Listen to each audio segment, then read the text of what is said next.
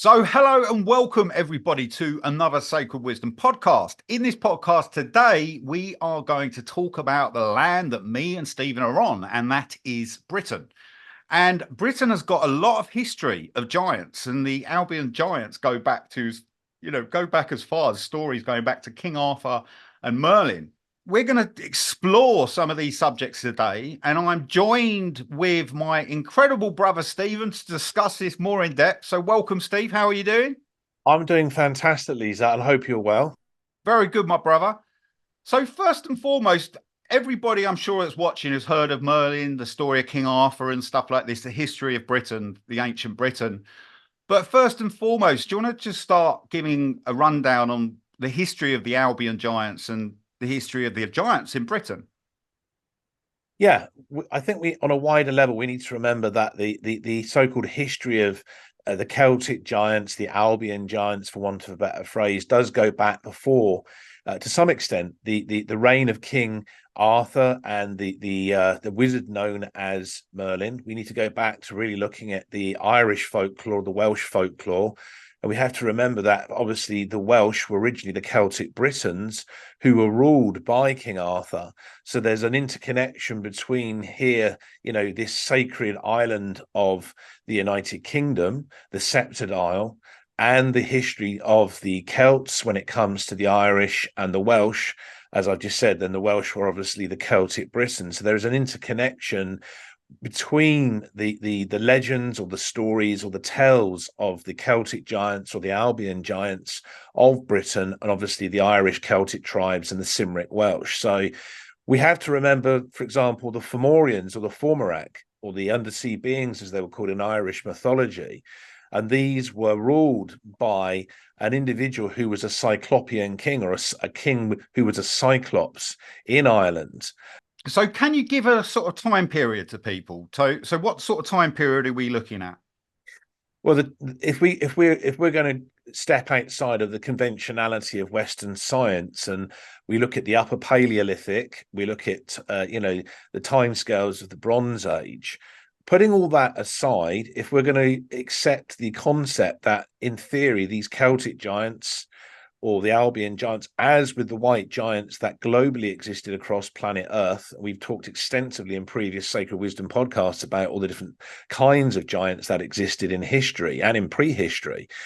I would say the timescale for this country, and I will include the Irish Republic as well in that, I would say we're looking at around approximately 2,500 BC, maybe going back to 2,600 BC. Right. So that's approximately when the giants in large enough numbers frequented the British Isles and the landmass that is known as Ireland today, and they were predominantly in control. Now, obviously, this completely contradicts what we've been told in terms of archaeology and therefore anthropology from Western science in regards to the prehistory of the United Kingdom of Great Britain and the Irish Republic.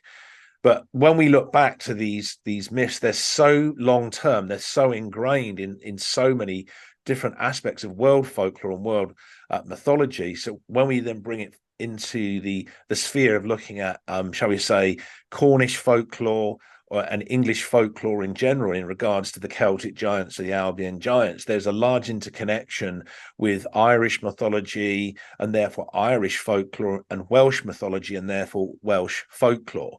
So So we know, what just yeah, so with Merlin, what is Merlin in the history of Britain? What was Merlin, do you think?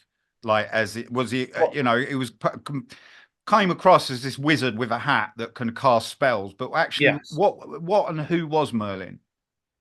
Okay, well, I mean, we have to remember that, in the more contemporary sense, in the modern age, that the idea of the Celtic wizard known as Merlin was really kind of a cultural invention. Now, he was known as Merlin Willett, in the kind of English folklore that was developed.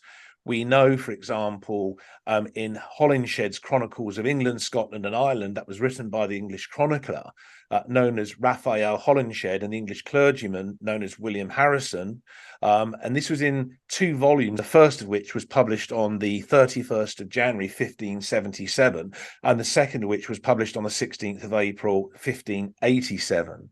Now, in that document, they describe Merlin Willett as an individual who really should be seen as a more sort of para or quasi-fictional character from ancient British history. So we know that it's likely that he was based more on a concept that had been derived from the Irish Druids or the British Druids that ruled over the Celtic Britons. So he wasn't effectively a Celtic wizard. He had been actually either a Druid or perhaps even an Archdruid who had great cultural and scientific and to some extent spiritual influence over the Celtic British tribes. So I think that's where the origination of this concept of Merlin Willett actually comes from. So we know, for example, that the Catholic cleric that many people know as Geoffrey of Monmouth, whose actual real name was Grufford Arthur, which is interesting, and his name in Latin was Galfridus Arturus. He actually created the more contemporary version that we all recognize of Merlin the Wizard, the Celtic wizard of the British Isles. And he mentions him in his writings in 1136 AD. He wrote a document called the Historia Regium Britanniae, the history of kings of Britain. So in that document, he really presents him as a fictional character, but connects him to King Arthur, who many individuals today purport was a real Celtic British royal. He was the leader of the Celtic Britons or the Celtic British tribes that became known as the Cymric Welsh, some of which also became some of the Scottish Celtic tribes. And so we know that there's an interplay between sort of quasi-factual history and fiction. And what I still believe is that Merlin Willett is effectively a druid. I think he wasn't a wizard. So I think it was a reworking for an Irish folklore and Welsh folklore, and then sort of was kind of updated in a contemporary sense through Geoffrey of Monmouth and other individuals to give us this idea of this fanciful Celtic wizard, with his scepter, with the quartz crystal sphere in it. And he was going around gallivanting around the British Isles and casting spells and doing all kinds of bizarre and unusual supernatural things. What do you think of the film Excalibur? Do you think that's a good depiction of King Arthur, Merlin, them characters? Do you feel that kind of told the story in the correct way? Well, I think the John Boorman movie Excalibur was a very interesting idea, but the character of Merlin in that was, shall we say, given a lot of poetic license. I mean, in terms of Excalibur as a movie was given poetic license because it's a Hollywood movie and they have to sensationalize it. They've got to create a lot of action scenes. And I don't think exactly the portrayal of King Arthur and Merlin in that film is exactly correct. Some of it is based on, shall we say, paganism that was obviously here before Christianity arrived and was instituted in the land of Albion or Britain. But what I do know is that it's really an archetype we're looking at when we discuss Merlin Willett. We're looking at an archetype that's really based on the collective essence of Irish Druidism and British Druidism expressed through that one individual. So Merlin, the connection of Merlin to the Albion giants, where or how did you look into that information? Because that is very scarce to find that type of information on the giants and the Merlin connection and all that ancient past to what Britain was. So what was the connection between the giants, King Arthur, Merlin? What was going on there? Well, in English folklore, there's always been a lot of stories over many centuries, going right back into the early medieval period concerning Merlin Willett actually being the Celtic wizard that asked for the assistance of the Albion giants to construct Stonehenge on Salisbury Plain in Wiltshire. So, there's always been rumours to do with many of the different vast stoneworks from prehistory around planet Earth. there's all these stories we've heard, some which you can class as conspiracy theories, stating that these stoneworks, these stone circles, these monolithic structures, these monuments of the past, these druidic monuments, have very profound and long-term, quite mystifying connections to the Celtic giants, the Albion giants, or the white giants of prehistory.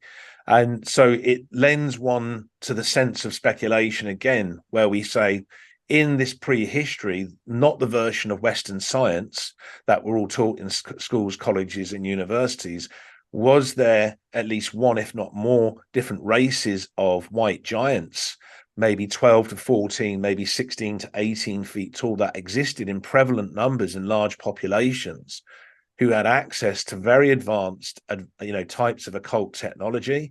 They were fully aware of the stellar, the solar, the lunar cycles, all the interactions of gravity, magnetic fields, and so forth, that would therefore seem like forms of ceremonial magic Yes. to the A type of uninitiated. sacred geometry. Yeah, and the usage and integration of sacred geometry. It is no mistake, for example, on Salisbury Plain, obviously, when we're looking at geomagnetic ley lines, that's pretty much all, chapels, churches, and cathedrals, many of the different stone circles across the United Kingdom of Great Britain and the Irish Republic, as with large amounts of the landmass across, mainland Europe, are built on or adjacent to powerful geomagnetic ley lines and dimensional intersecting vortices. So do you think That wasn't done by accident. So do you think the Albion Giants built all the stone circles, or do you feel that actually, the actual Merlin, or there was another type of science that was used as well amongst humans?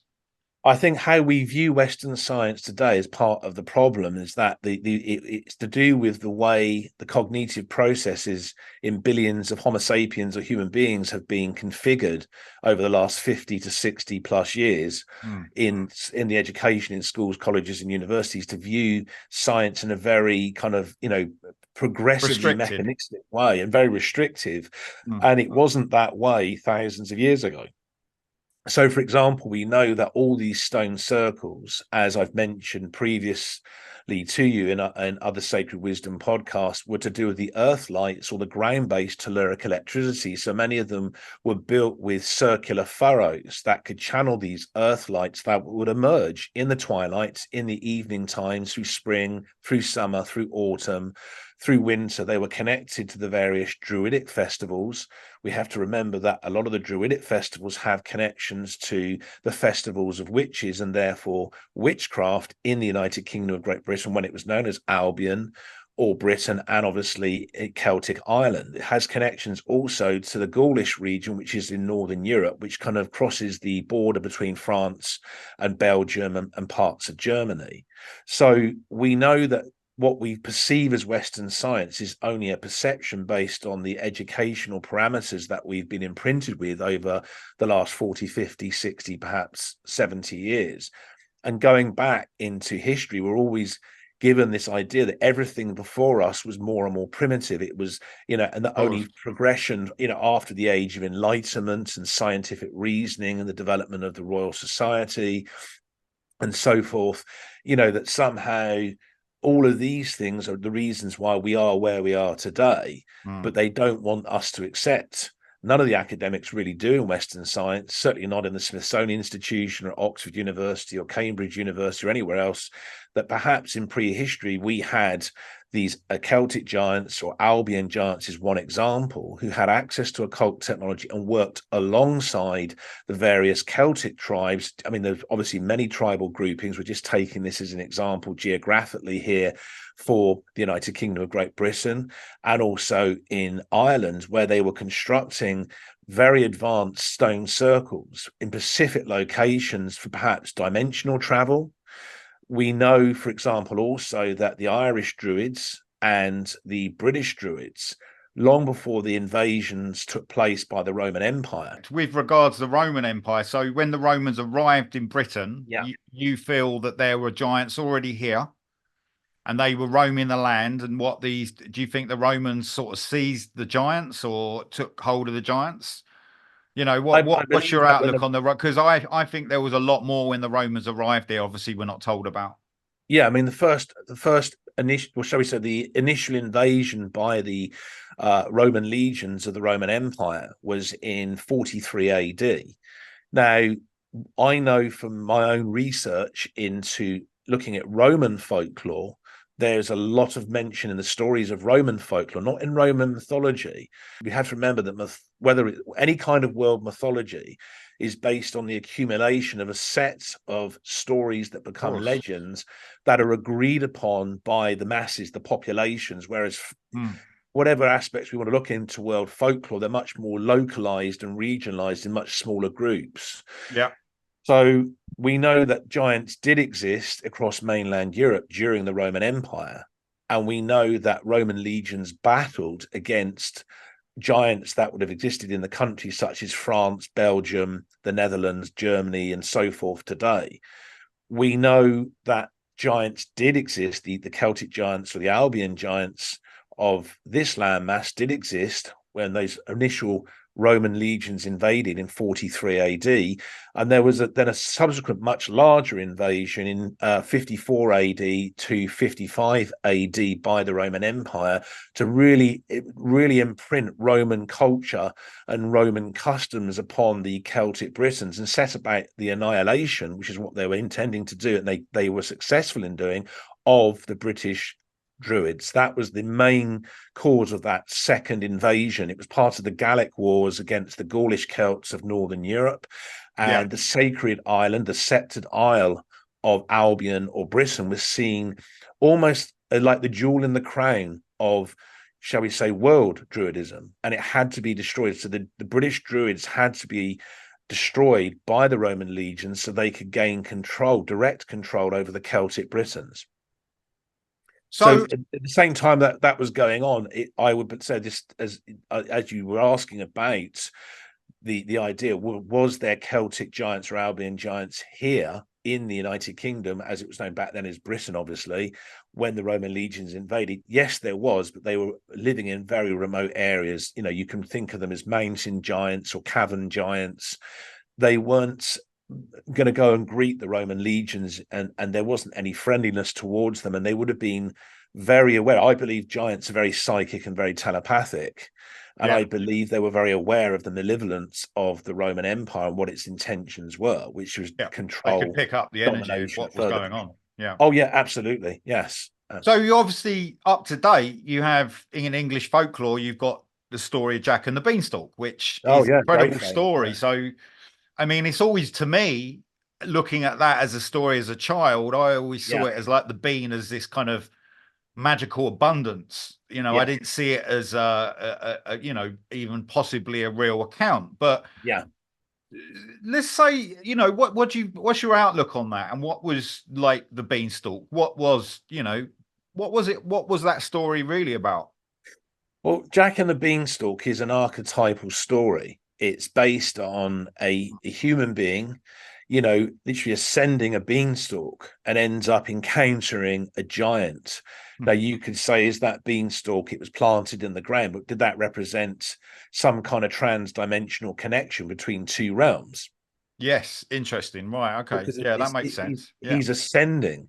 Mm. Now we know, for example, in terms of UFO research, and this isn't veering off the subject, we know there are connections between individuals who've been abducted, who are, shall we say, experiencers of communicating psychically or telepathically with ultra terrestrials or extraterrestrials. We know that they have perceived on board some of these spacecraft what we would class as, you know, for want of a better phrase, ancient giants, but in, you know, in the garb or the actual clothing of maybe, you know, interstellar astronauts. And these beings are like 8, 9, 10 feet tall. They're humanoid, and they're clearly much larger than Homo sapiens or human beings. So Mm. when we look at Jack and the Beanstalk, was this an archetypal story of a human being ascending to a higher realm? You know, and the beanstalk representing, maybe, again, this is speculation, a gravitational beam, a portal, a dimensional conduit of some nature. You can see it's the same with the Holy Bible. You know, we look at the stories of the giants, for example, the Anakim, which means large beings. Yeah. You know, they were called the Gadolim in the Hebrew, which means giants, and so on and so on. Obviously, we have the Nephilim, which means fallen beings, and these were monstrous giants. They were mutant giants that existed in the Middle East. So we know that there is a connection between dimensional vortices, perhaps a connection to the 4D holographic reality of the astral plane, and the giants that once existed in such prevalence across planet Earth. And I think when we look at Jack and the Beanstalk in terms of a wonderful story for English folklore regarding an interaction between a human being and a Celtic giant or an Albion giant that's been reformatted into a story in English folklore. And you know what date that was, in 1890, that story kind of amalgamated. So again, between 1850 and 1900, you see, that's that period again that everything was that created. Period. Yeah, you're right, sir. I agree with you. Yeah. So I think a lot of these stories are archetypal. And, we've talked about the symbolism and the various archetypes in world folklore and world mythology in many previous Sacred Wisdom podcasts. And I think when we look at Britain, I think it's a very special landmass, but its speciality was unfortunately largely quelled and suppressed with the invasions of countless Roman legions under orders from Roman emperors and Roman generals and Roman statesmen that were obsessed with gaining control over this landmass across the English Channel for Northern Europe. We can say thankfully that with the Irish Republic in the form of being a Celtic landmass, it was never invaded successfully by the Roman legions, but unfortunately the Vikings did invade, and they started a similar process of marauding, dominating, taking over, and trying to suppress the original cultural basis of the Irish Celtic tribes. So it's interesting that so much has been done to try and delete and censor Irish Druidism and British Druidism. And during the time that they were prevalent before the arising of the Roman Empire and the two main invasion waves that took place here into the Sceptred Isle of Albion or Britain, we have to remember there was the Irish wildwood and there was the British wildwood. And the saying is that a red squirrel could travel from Land's End in Cornwall to John O'Groats in Scotland without ever touching the ground, because it was that densely fertile with deciduous and evergreen trees. We know that the Irish Druids then had what were known as druidic groves. A grove is an opening with a small pathway into, where they cleared a few of the trees to create an opening, and that opening was literally an open air druid temple. And obviously you also had druidic, I mean, people don't sorry, I just want to interject so people kind of understand what you're relating to. Like the way the trees would have been planted and everything would have harnessed all the magnetic energy of the earth and brought that up. And it's a completely different science to how we see it today. And we look at it like, a completely different, I feel we actually look at it inverted. But Steve, with regards stories, just moving on to regarding locations in Britain and certain stories that have happened in the past. So, give us some locations to where there have been giants recorded, and historically, some of the giants have reached nearly 30 feet high, right? So these weren't particularly small. No, they weren't. And the giant you're referring to was known as Ascapart Megana. And this giant was vast, 30 feet in height. Apparently, this giant frequented the New Forest and parts of Gosport, Portsmouth, I think Fareham and Southampton, and a few other localized areas in Hampshire in southern England. And you imagine a 30-foot high giant named as Ascapart Meganor, who's roaming through the New Forest. It would have been terrifying for the local inhabitants to see that huge giant. I think that was a type of a wheeled giant, because that area is known kind of in the medieval period was known as the Weald. It's a very open air, vast amounts of woodland, and it's just very fertile, very remote area. And also, you can imagine going back into the prehistory when the British Druids and the Celtic Britons ruled everything here. The New Forest would have been an active location for the various rituals and religious ceremonies of the British Druids, there would have been many Druidic groves and Druidic shrines across southern England, especially around that area in the New Forest of Hampshire, would have been constructed on geomagnetic ley lines. Right. And that's what I find interesting is how they understood that science Yeah,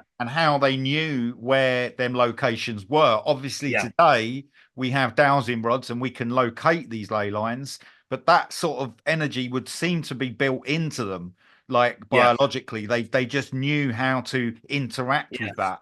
And we, yes. you could say in this day and age we have now, the way mobile phones disconnect us, technology ultimately disconnects us from these this intuition, this kind of knowledge, I feel. Yeah. So, Well, you can see that as the electromagnetic smog that creates the cognitive blurring mm, that helps to create that. Then you've got the calcification of the pineal gland. You've got the yeah, consistent fluoridation of public water supplies in the United Kingdom of Great Britain, Ireland, as we're mm, discussing these two land masses, obviously around planet Earth. On a side note to mentioning the giant that I just have, there yeah, is another Celtic giant, or shall we say Albion giant, that also lived in the New Forest area of Hampshire, who is known as Urnegate Borthwick. Now, this right, wow, giant was known what a to name. be 16 to 18 feet tall, so nowhere near the height of the previous Celtic giant or Albion giants. Now, just But for the again, audience, Steve, just like where did you get that information from?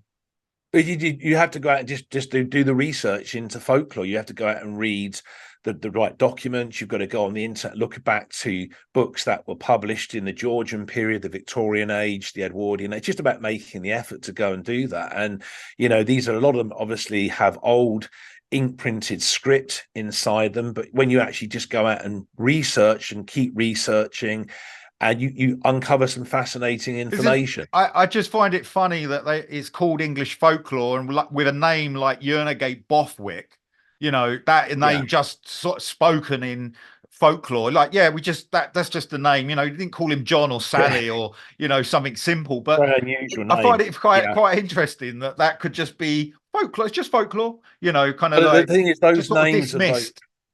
yeah.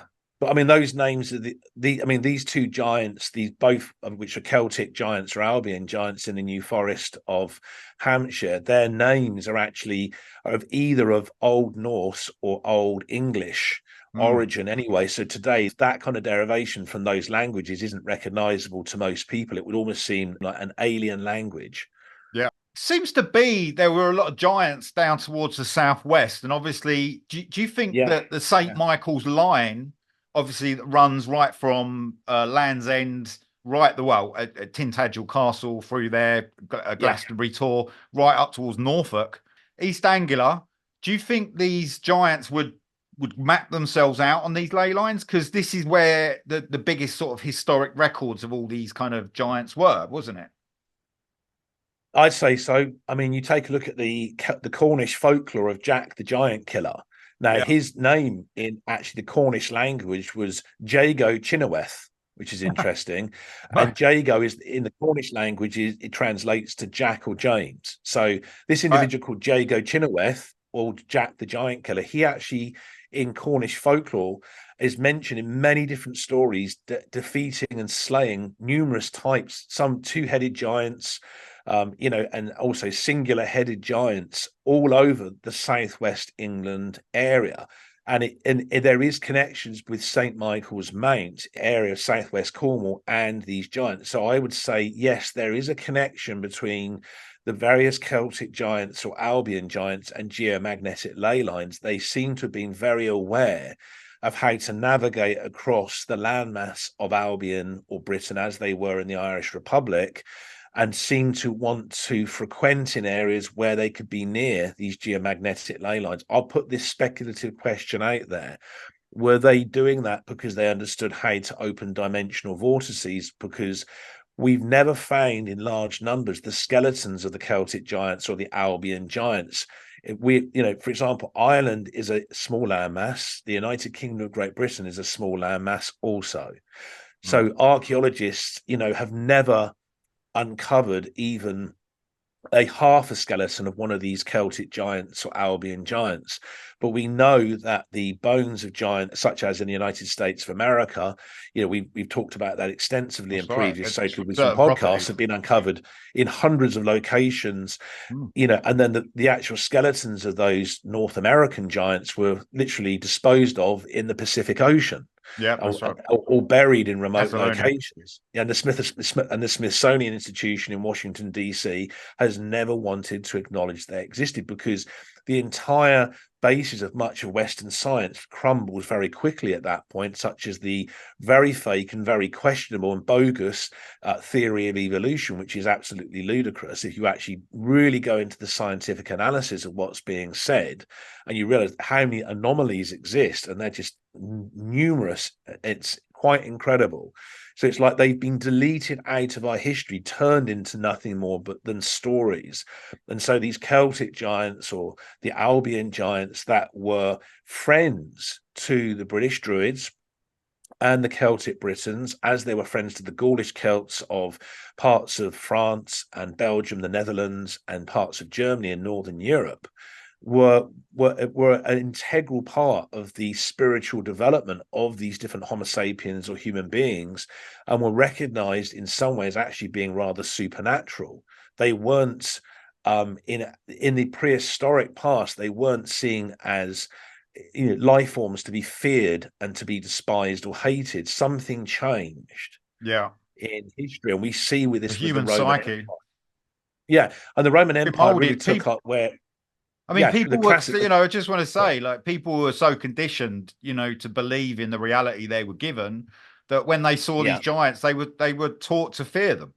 And that was yeah, basically yeah, it. And ultimately, historically, they probably would have been our friends and actually assisted us and helped humans actually develop.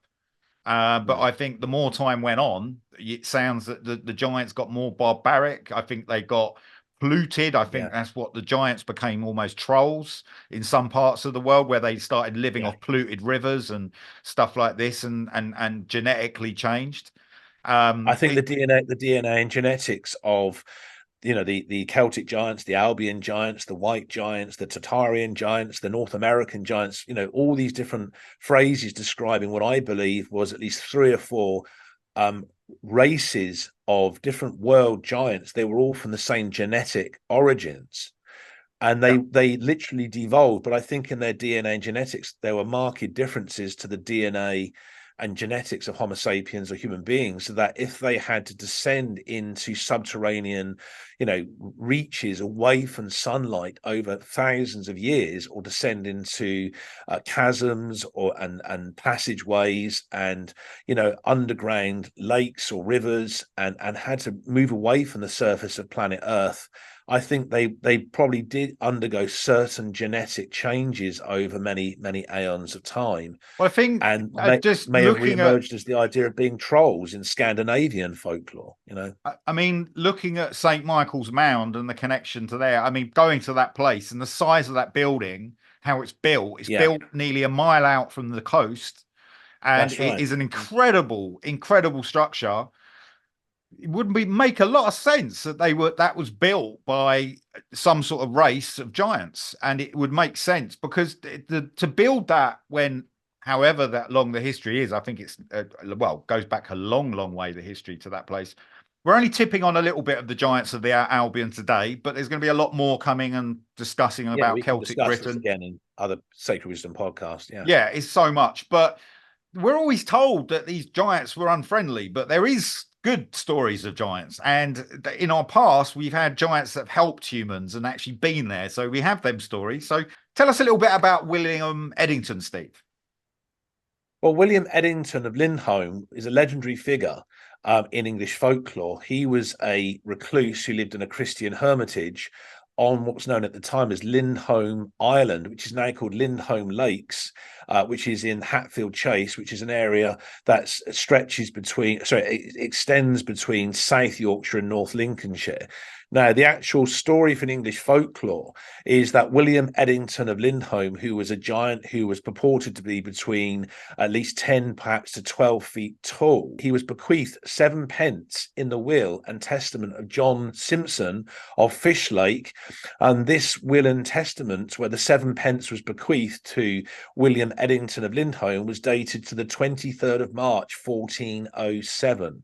And that's recorded on the parish record in that area of the United Kingdom. Amazing. So there is actually a true historic record of a giant. Yes.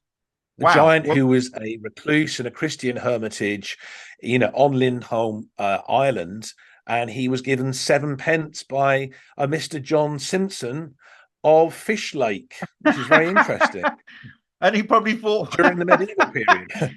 I love these little quirky little English stories. Incredible. Yeah. Brilliant. All right. Well, look, there is a chapter in our book on the giants, Mysterious Realities, which is available with paperback on Amazon and digital form in ebook. And we are going to do a lot more on the giants, because the more you look into this, it just uncovers lots more stories, and you start realizing there is a whole history to giants. And Stephen, thank you, my brother. It's been absolutely amazing. Thanks very You're much. welcome. And it's a bye from me. And it's goodbye from me.